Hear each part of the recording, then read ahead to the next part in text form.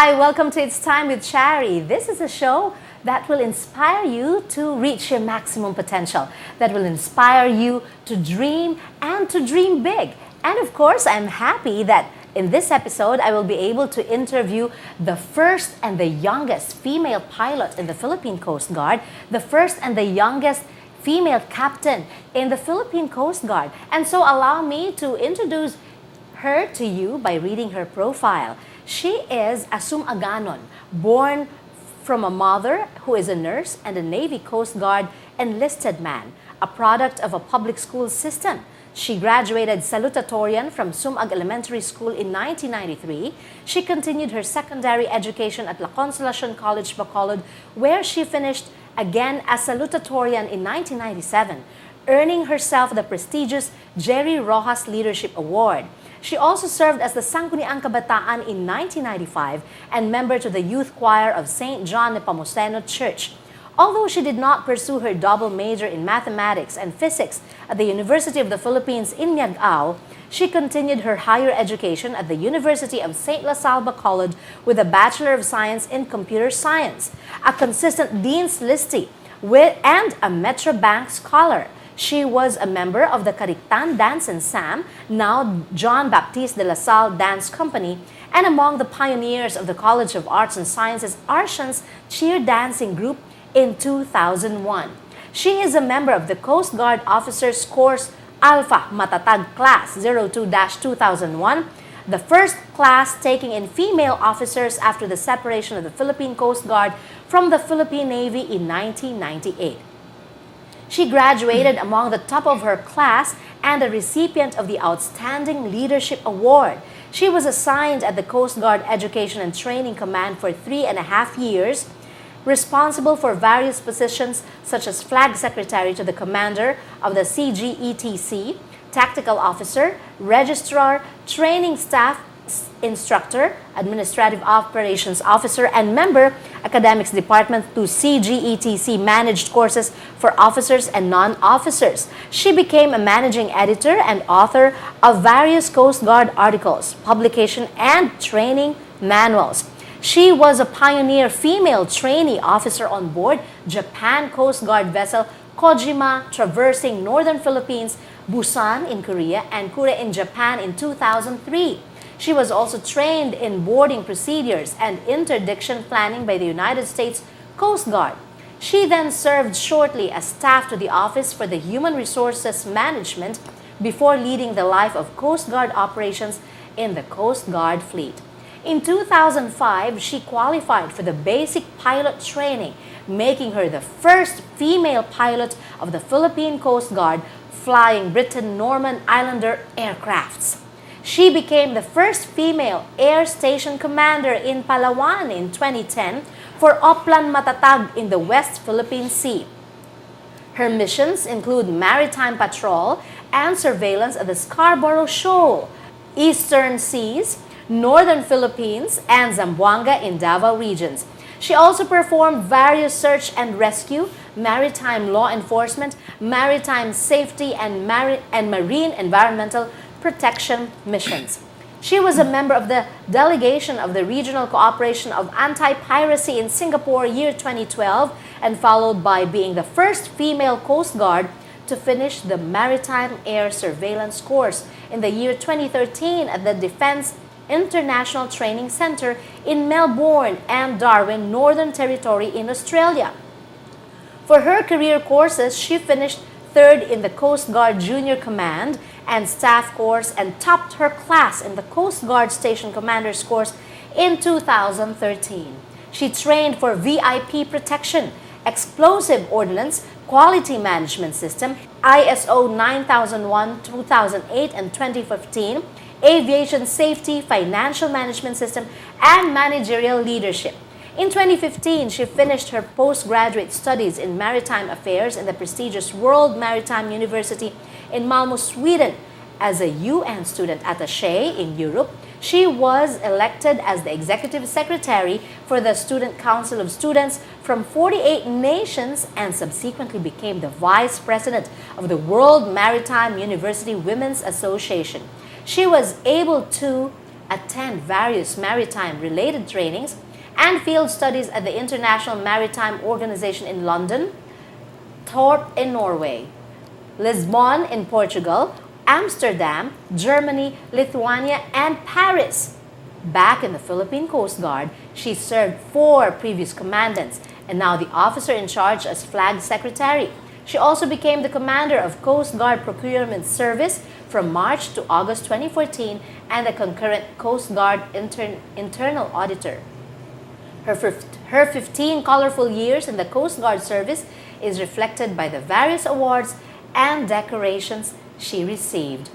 Now, Commander Christine Berganio Diciano is a wife to a Coast Guard officer, Lieutenant Commander Ephraim Jason H. Diciano, Philippine Coast Guard, and a doting mother to daughters Aliyah Asia and Ariana Amira and Alexander Attila. Wow, I'm just so proud to know you, the youngest and the first female pilot, the youngest and the first female captain of Philippine Coast Guard. Please welcome to the show, Commander Captain Christine Pauline Berganio Diciano. Hello. Good afternoon, Good Ma'am Charity. afternoon, Captain And Diciano. Yes. Happy Women's Month. Yes, Happy Women's Month. Yes. This is, or Captain Diciano is an epitome of an empowered woman. Thank you. I must say, wow, she is actually an achiever and a very humble achiever. A humble female achiever. Diba? Wow, what else can I say? Thank Tell you, ma'am. us, please share with us your story. How are you able to achieve all this?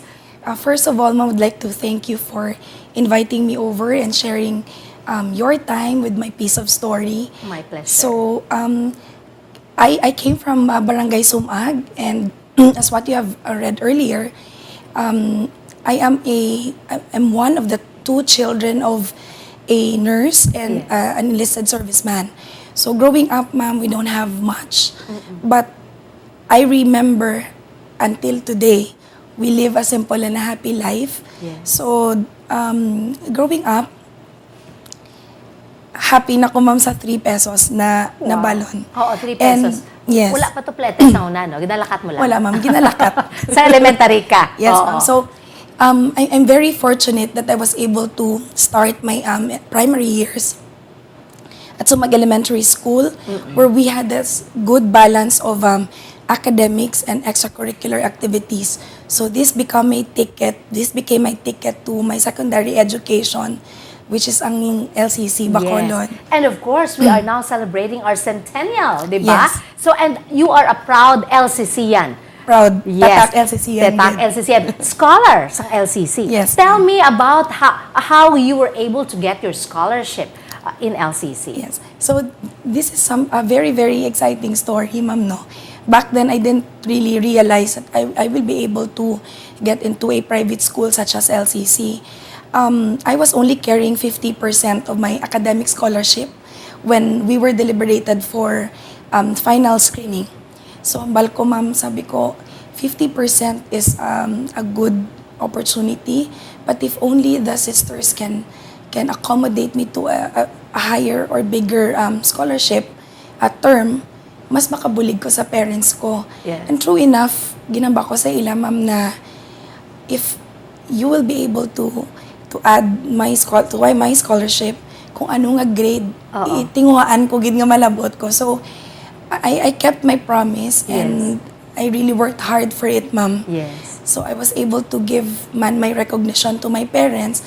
At the same time, I get to enjoy free education sa LCC. Oh, di ba? Hamakon mo ya 75%. Instead of 50%, nag-75% scholar Yes, ka. ma'am. Dako na na iyang help sa imong mga parents. Yes, ma'am. And moving on, you became a scholar also of LaSalle. Yes, Is that- ma'am. Yes. So, Tell us about it. Here again, Ma'am, I'm carrying again another 50% ng scholarship ko na naman as class salutatorian during my high school. So, I was really interested in physics and math Yes. sa UP back then. Yes. But when I returned home, my friends were taking engineering courses Yes. sa LaSalle. So, I was thinking, kabudlay na sang 4 years, what more ang 5 years? Yes. But seeing how good LaSalle is as a university, nag-decide ko, ma'am, to take a computer science, which is quite a rare, very, very new Yes. course back then. So, I started off with 75% discount na naman.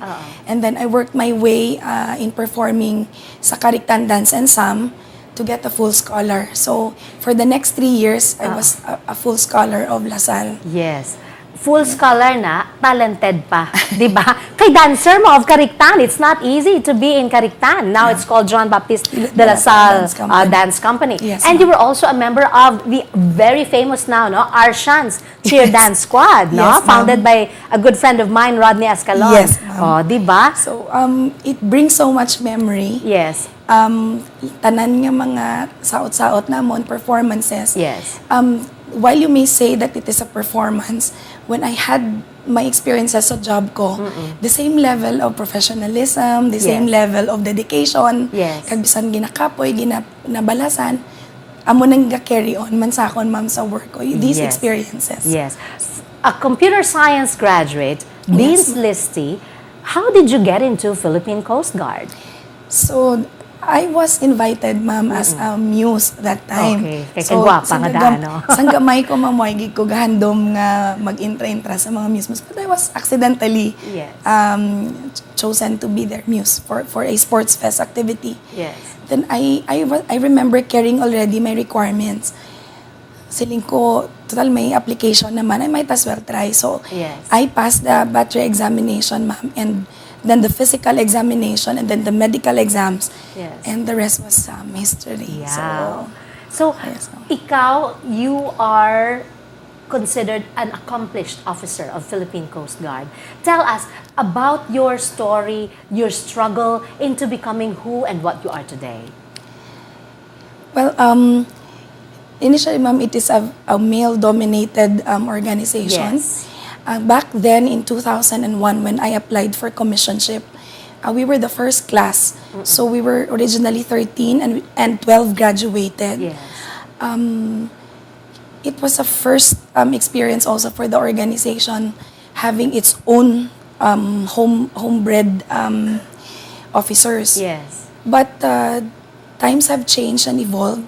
So sang una, ma'am, we were not given much of the opportunity really to be the head. But now, we were given opportunities already. In fact, damo na kami, ma'am, subong nga ga-engage sa aviation, Yes. sa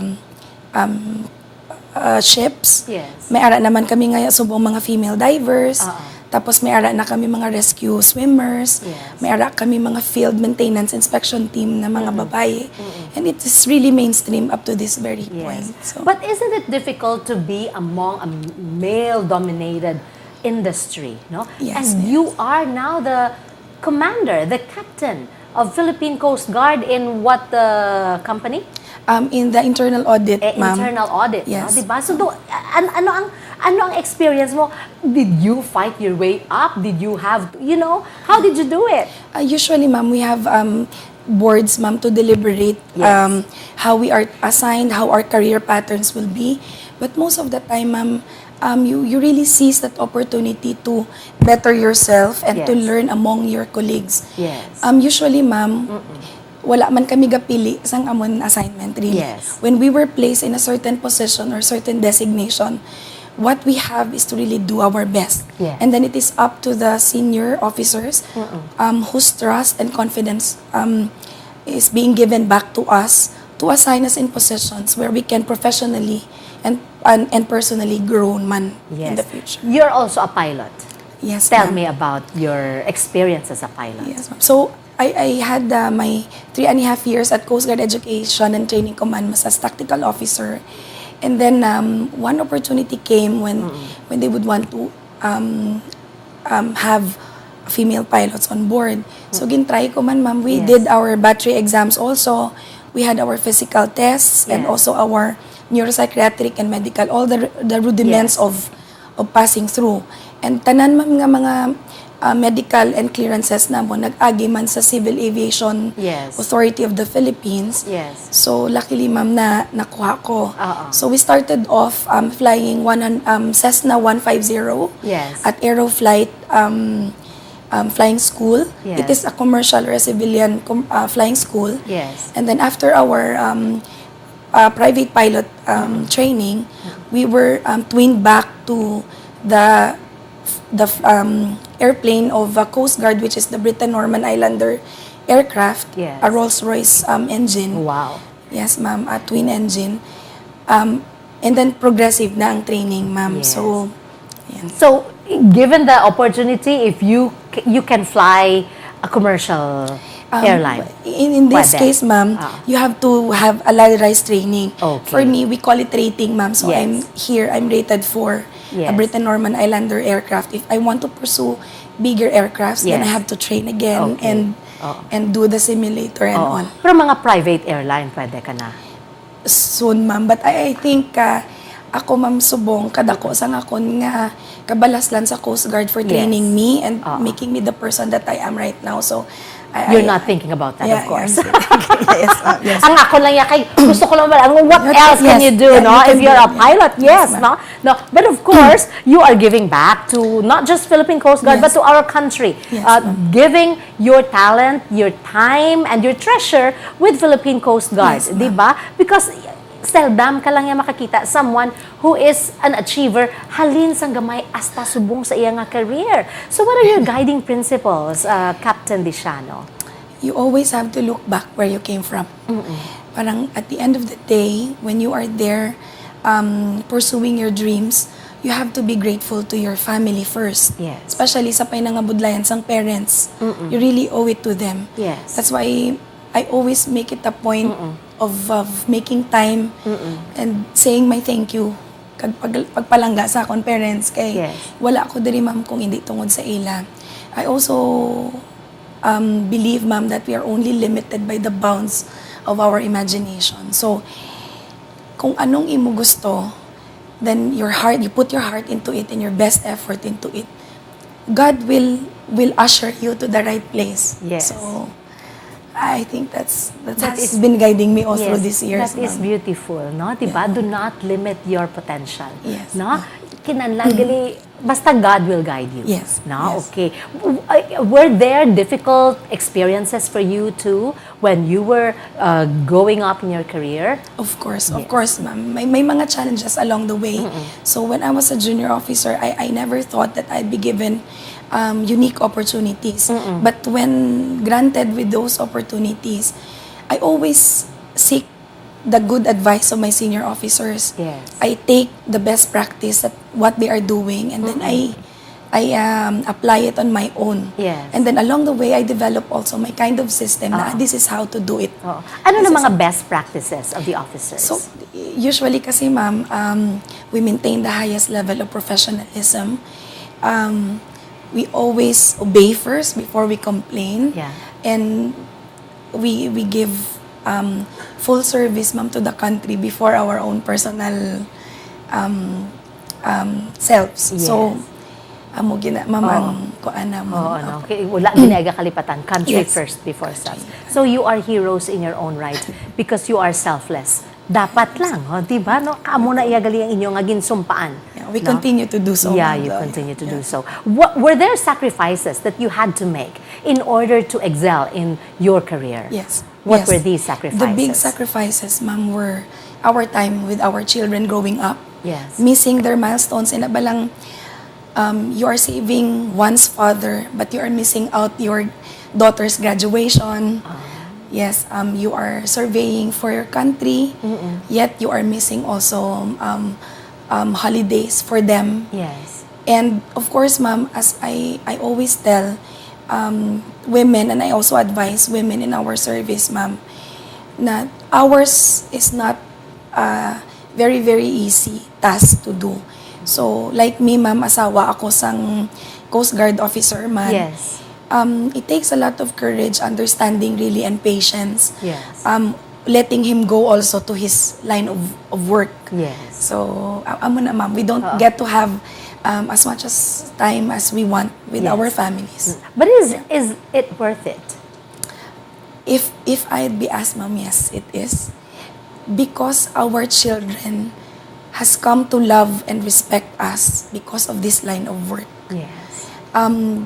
We always make it a point, ma'am, of educating and letting them understand Yes. that this is a very, very unique and special job True. for you, for me and your dad.